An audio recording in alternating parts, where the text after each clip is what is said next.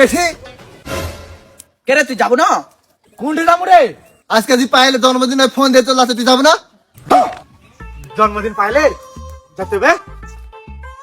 তো pile phone দিয়ে চলে আসে, চলো এটা একটা দুর্গন্ধ পাচ্ছি রে, পোতা পোষা।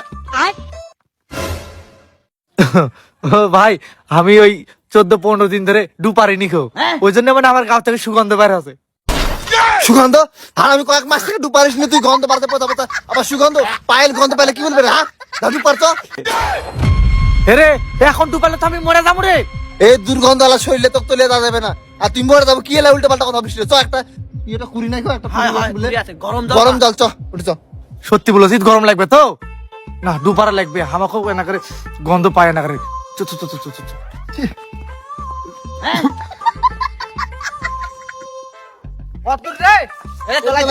এই পকড়টা হয় এদের পড়তে হয়। নাম এবার নাম। এ ভাই আমার ঠান্ডা লাগছে রে। ঠান্ডা তোর জন্য দেটা নিয়ে আসি। এক ঢোক মারে দেন কেন? কম্বলটা দে।